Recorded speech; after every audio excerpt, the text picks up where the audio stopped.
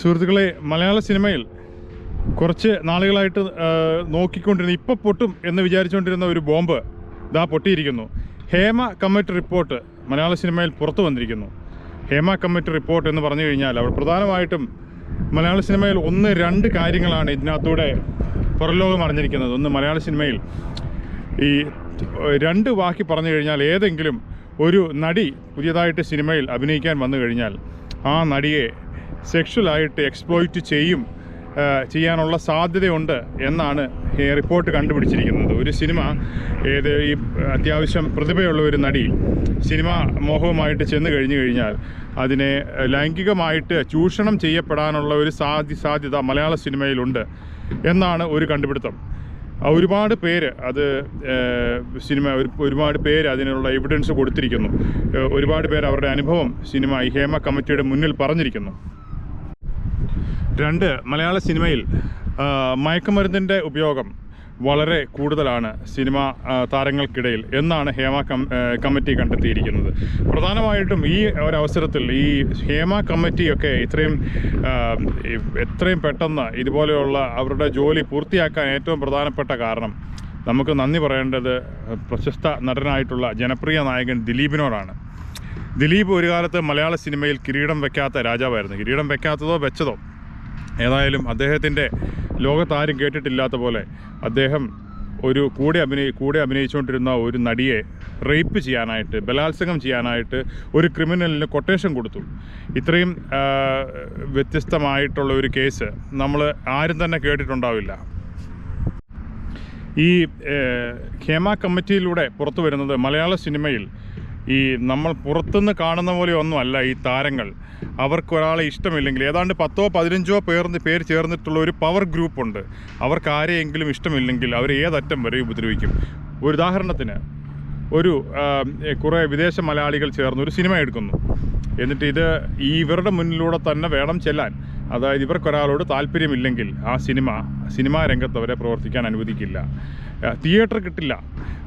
അവരെ സിനിമയിൽ നിലനിൽക്കാൻ അനുവദിക്കില്ല. ഏറ്റവും നമുക്ക് നമ്മുടെ മുന്നിൽ കണ്ട ഒരു കാര്യമുണ്ട്. മഹാനടനായിട്ടുള്ള തിലകൻ മലയാളത്തിൽ എണ്ണം പറഞ്ഞ നടനാണ്. ഇപ്പോൾ ഇംഗ്ലീഷ് സിനിമയിൽ നോക്കുകയാണെങ്കിൽ സർ ആൻ്റണി ഹോപ്കിൻസ് അല്ലെങ്കിൽ മോർഗൻ ഫ്രീമാൻ എന്നൊക്കെ പറയുന്ന പോലെ അത്രയും മലയാളത്തിലെ കണ്ടിട്ടുള്ളതിൽ വെച്ച് മഹാനടന്മാരിനകത്ത് ഏറ്റവും പ്രധാനപ്പെട്ട ഒരാളാണ് തിലകൻ. ആ തിലകൻ മരിക്കുന്നതിന് ഏതാനും വർഷങ്ങൾക്ക് തൊട്ട് മുതൽ അദ്ദേഹത്തെ മനോവിഷമത്തിലാക്കിയ കാര്യങ്ങൾ നമ്മളെല്ലാവരും കണ്ടതാണ്. തിലകനെ ഉപദ്രവിക്കാൻ കഴിഞ്ഞ ഈ പവർ ഗ്രൂപ്പിന് ഈ പെൺകുട്ടികളെ ഉപദ്രവിക്കാൻ എന്ത് പാട്. ഒരിക്കൽ മാള അരവിന്ദൻ എന്ന് പറഞ്ഞ പഴയ നടൻ പറഞ്ഞിട്ടുണ്ട്, മാള അരവിന്ദനെ സിനിമയിൽ അഭിനയിക്കാൻ വിടുന്നില്ല. അദ്ദേഹം അവസാനം പറഞ്ഞു, സിനിമയിൽ അഭിനയിക്കാൻ വിടുന്നില്ലെങ്കിൽ ഈ പറയുന്ന പോലെ സീരിയലിൽ അഭിനയിക്കും. സീരിയലിലും വിടുന്നില്ല. ഉപദ്രവിച്ചു കഴിഞ്ഞാൽ അദ്ദേഹം പഴയ പോലെ നാടകത്തിലോട്ട് പോകും. അദ്ദേഹത്തിന് ഒരു തബല കൊട്ടാനുള്ള കഴിവുള്ള കാരണം ഇനി നാടകത്തിലും വന്ന് ഉപദ്രവിക്കുകയാണെങ്കിൽ തബല കൊട്ടി ജീവിക്കും.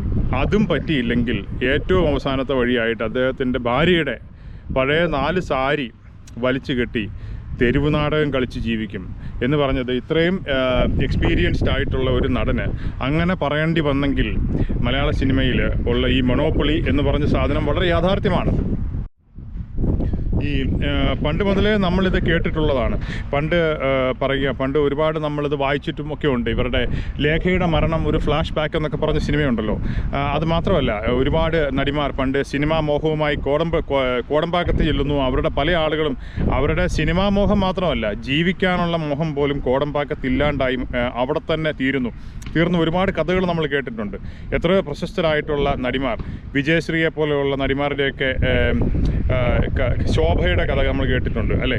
പക്ഷേ ഇപ്പോഴാണ് ഇത്രയും നാളുകളായി, ഇത്രയും വൈകിയെങ്കിലും ഇത് പുറത്തു വന്നതിൽ ഒരുപാട് പേര് സന്തോഷിക്കുന്നുണ്ടാവും.